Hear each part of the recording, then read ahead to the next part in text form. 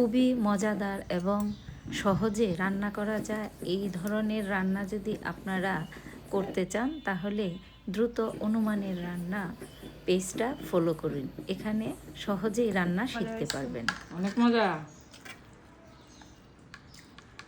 তোর দিদি ভাইয়ের এটা বেশি মজা না তোরটা ওর জন্মদিনেরটা বেশি মজা?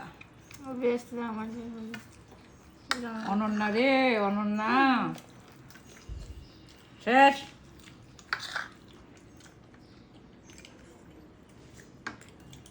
ওকে,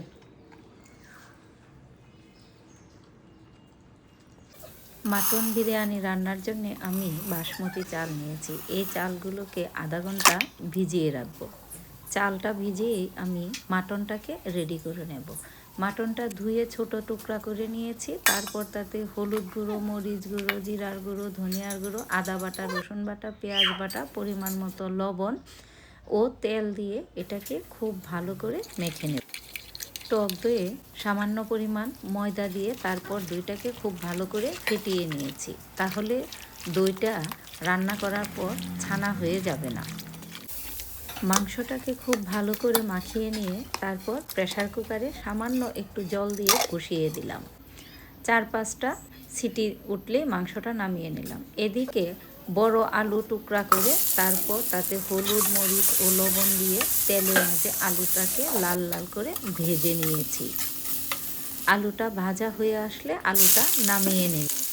পেঁয়াজ বেরেস্তার জন্য গরম তেলে পেঁয়াজগুলো দিয়ে খুব ভালো করে নাড়াচাড়া করে নিই।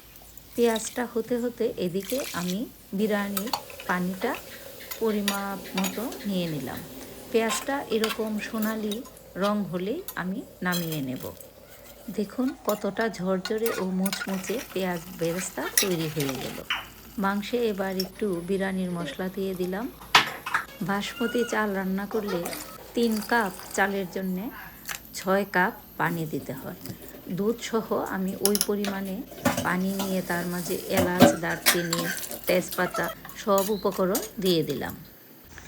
এবার মাংসটাকে একটু ফোড়ন দিয়ে নেব। তার জন্য তেলের মাঝে তেজপাতা, দারচিনি, এলাচি ফোড়ন দিয়ে কষানো মাংসটা আমি দিয়ে দিলাম।